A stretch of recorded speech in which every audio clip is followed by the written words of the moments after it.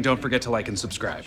Hello there, Bridgerton, season 2, episode 5. Um, Again, I don't know exactly where to start because they're engaged. I always forget her name. The youngest, Miss Shawarma, is engaged to Anthony Bridgerton. However, obviously, he loves Kate Shawarma, and it's frustrating to watch all that, and him basically staring at Kate as she's basically on a date with someone else, talking with someone else. He's just distraught seeing it, and everything is just aggravating about this episode. It's like heart wrenching until you finally meet, well, the shawarma's grandparents, and those are just horrendous people. They care nothing about people. They only care about a person's standing in society, a person's stock, a person like they want to just make. I don't know. They were just like, they honestly, they got perfect people to play it because they got a really, it just seemed off.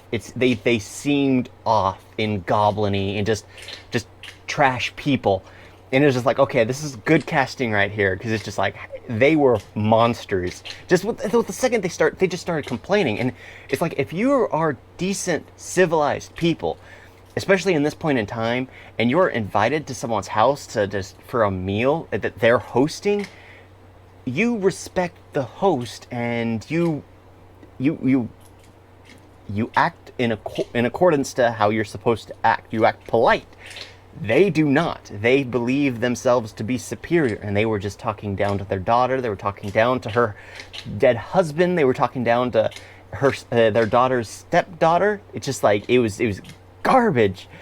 But seeing Anthony Bridgerton basically outright call them trash, call them out, and kick them out of Miss Danbury's house, and it wasn't even his house. He kicked them out of Miss Danbury's house. It was just like, okay, he obviously has a ton of pull.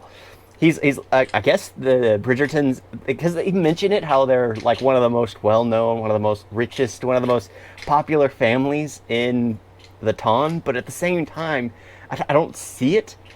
But they always say it. And then something like this, where everyone he's in a completely different person's house. He says something, and yeah, it takes effect. But oh my gosh, the way these episodes end are just aggravating. Because you know that Kate basically said that so that Anthony would basically say no, he wouldn't do that to her or himself. That he wouldn't, that it can't just pass. But again, men don't read through the lines. Men can't tell what women are actually trying to say. We don't have that capability. Quit assuming we have that capability. So, if you want something, Kate, just say it. That way he would know what to do. If you speak in riddles, he will just listen to the riddle and try to make out whatever it is and take it at face value. So, I don't blame Anthony for his decision at the very end, because it was just like, technically, he did agree to what she said, even though that's not what she wanted. She was saying something just to be polite so he could be the bad guy, so she could get what she wanted. And she could be happy. They both could be happy instead of them all suffering. But she wanted to do the right thing and end up with him agreeing they're all going to be unhappy. But if but if he was the bad guy and she did the right thing and he was the bad guy, they all would have ended up happy. It's funny how that is. But yeah. Oh, the feather. Honestly, the side story with the Featherington family, them basically being completely bankrupt and corrupt, and just the mother being just absolutely psychotic. It's psychopathic. That's the right word I'm looking for. Is actually getting pretty interesting. It's getting pretty interesting. I've kind of lost interest in the Whistledown narrative. I think it really ran its course in the first season. This season, it's really just fluff, because it's more about the Bridgertons and the Featheringtons. It's not about Lady Whistledown at all.